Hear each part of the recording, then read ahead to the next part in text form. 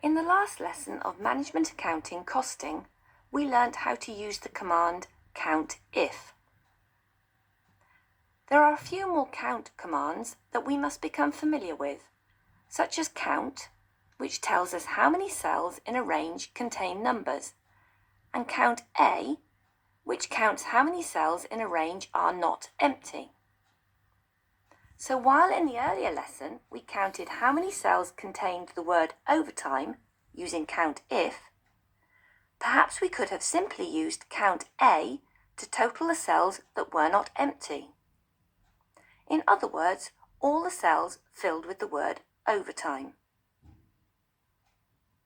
This wouldn't have worked. Count A sees a formula in a cell as an entry. If we had used count A, then all the cells in the column would have been counted as not empty. Let's give it a go.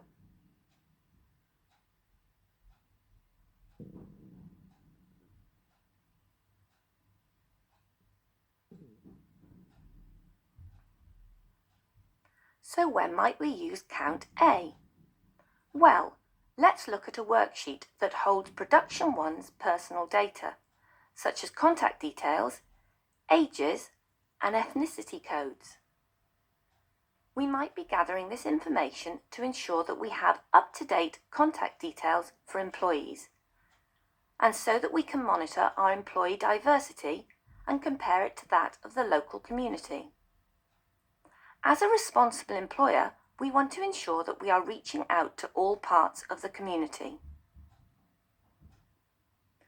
You can see that we have 30 workers in Production 1. We can monitor how many addresses we have collected by using Count A to tell us how many address cells are not empty.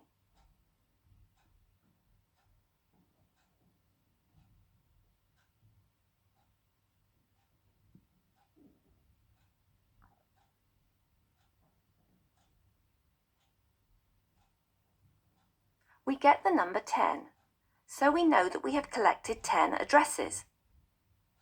If we enter a new address, then the number will change to 11, keeping count for us as we complete the worksheet.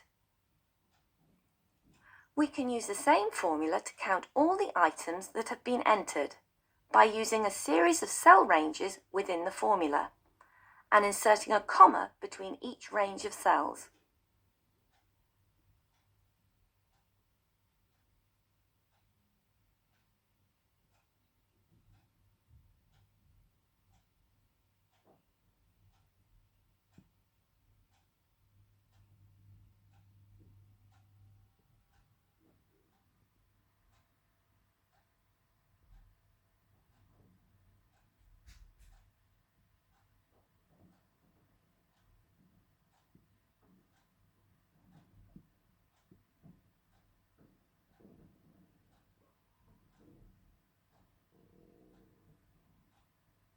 Count is used in exactly the same way, except that it looks only for numbers.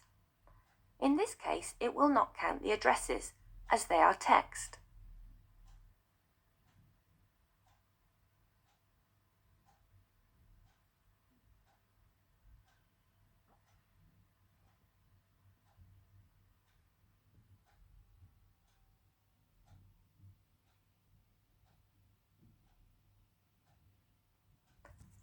Have a go at the